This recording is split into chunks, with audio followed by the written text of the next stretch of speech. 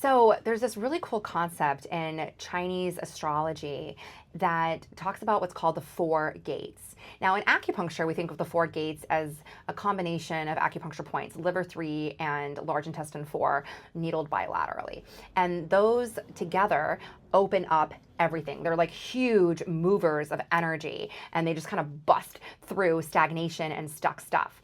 Well, energetically, we also have these gates that come up in our lives that do a very similar thing, metaphorically speaking. So the first one's at the age of 40. When we enter to the gate of 40, we can no longer deny our true self anymore to get by, to make other people happy, to just to like keep that paycheck, just to keep that marriage, or just to keep our kids happy. Like there is this big thing that happens where we seek out authenticity. We try to really reckon with what we actually need in life and find ways of communicating. Another time that happens is when we turn 50. That's the second gate. At 50, we come to terms with all of the disappointments in our lives of how things didn't work out, of how maybe we had a different vision and this is, where it's been.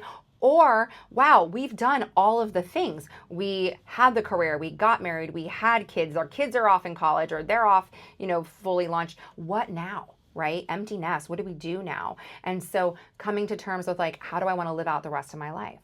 And then we turn 60, which is the third gate. And 60 is the single most important year in Chinese astrology. It's what we call your golden birthday. It's when your lunar new year animal and your element correspond to the year that you were born.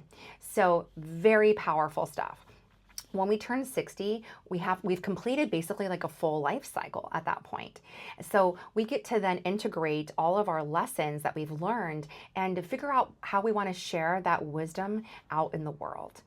So whether that be that we start new projects, but most of the time we'll see people want to slow down and want to focus on and reprioritize things and relationships and what's more important to them in that way versus achievement, which is what we're focused on more in our 20s, 30s, and 40s. In our 60s, where we start to turn more inward and go, it's the relationships that matter to me. It's my intimate partnerships and relationships, and it's my community and my friends and my family. So those are some really big ones that we'll see people go through.